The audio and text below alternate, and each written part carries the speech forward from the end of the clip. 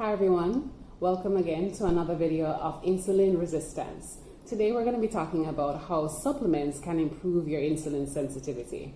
I'm Dr. Kim Sommerville, your general practitioner and clinical nutritionist. So if you're interested in this, continue watching.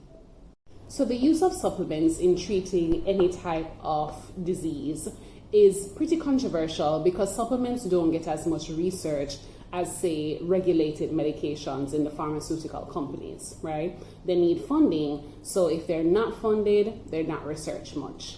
Some of these supplements are mainly researched in animal studies and haven't really gotten clinical trials, so it really depends on you and your nutritionist or your doctor to see if you want to try these particular supplements for your insulin resistance. So I'm going to be talking about some that have the most evidence to the least evidence with insulin resistance. And at the end, I'm going to be speaking about some of the side effects that you may get if you are taking too high of a dose. So the first one is called Inositol. If you are someone you know has polycystic ovarian syndrome and has been doing some research, you may have seen the word Inositol be used quite frequently.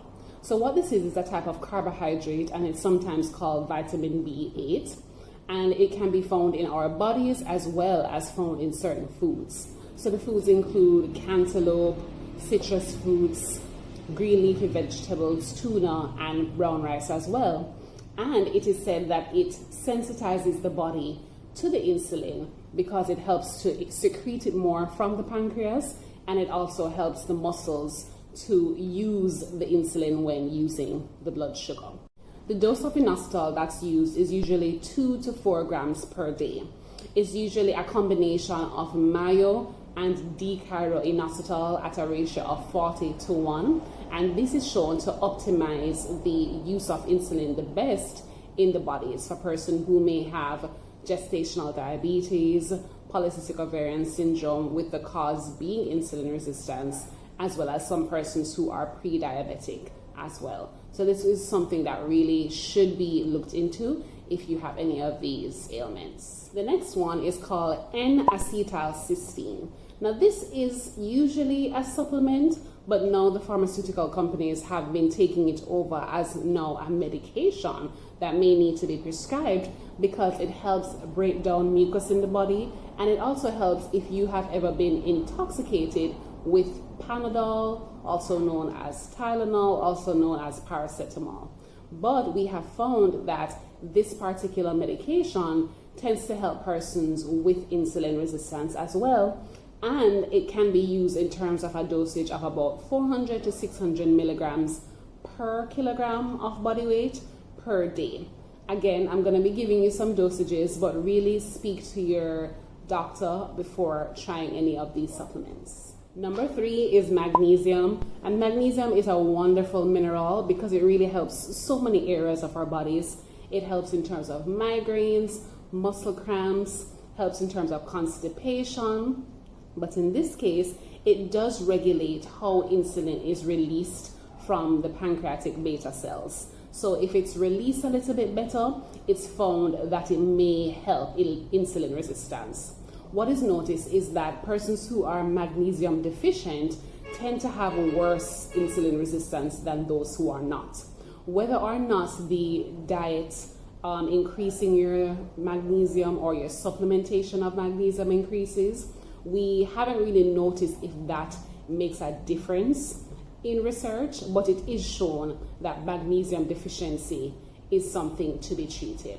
So usually with magnesium, the dosage is around 200 to 300 milligrams per day. It can even be found in combination with other supplements like calcium and vitamin D. And the best one to take actually that helps in terms of absorption is called magnesium glycinate or magnesium bisglycinate. The others may not be absorbed as well, and you may not notice a improvement, but those that I just mentioned may help. So the next 2 supplements that I'm going to be speaking about don't have as much evidence as the first 3, but I decided that they were worth mentioning. So number 4 is Berberine, and it's a natural compound that is found in some Chinese herbs. What we found is that if we use up to 1.5 grams per day of berberine, that it actually regulates the gut bacteria, and through regulating the gut bacteria helps in terms of how the body uses insulin. So this is something that we want to consider, even though most of the studies have been really done in animal studies and not necessarily human trials. It's something that can be used if the previous supplements have not been helpful with treating your insulin resistance. My fifth and last supplement is chromium. And chromium can be found in a lot of our multivitamins, but not at the dosage that we would really need to help our insulin sensitivity. Usually it's around 1,000 micrograms or 1 milligram per day of chromium that we have found that helps to sensitize the body to insulin. However, there are a lot of mixed studies in terms of how well chromium works. Previous studies in the 2010s have noted that chromium does not really work, but newer studies have said that it really works in terms of women with polycystic ovarian syndrome.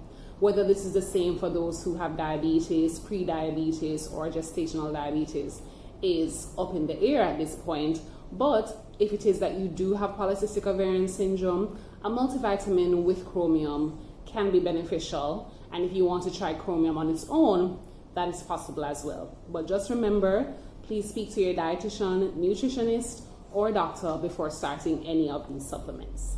So usually, persons want to know some of the side effects that are possible when taking these medications. Generally, what happens is that the side effects occur when the dosage is way too high. For example, Inositol's recommended dosage is around 2 to 4 grams. However, some persons may take up to 12 grams, and that's when they'll notice some side effects. So for all of the supplements that I just mentioned, the side effects include nausea, dizziness, diarrhea, vomiting, sometimes headaches, and sometimes confusion when it comes specifically to berberine. Generally, again, it doesn't happen unless the dosage is very high. That's why I recommended certain dosages here. But of course, everyone is different, so just be aware of these side effects. I hope this was helpful for you today. I hope that if you do want to use these and you want to speak to me to have a more personalized outlook on your insulin resistance, you can find me at my website, my Instagram page, or even my email address, and I would love to work with you. So this is Simple Summer Naturals, giving you simple nutritional advice for your daily life. Have a good one.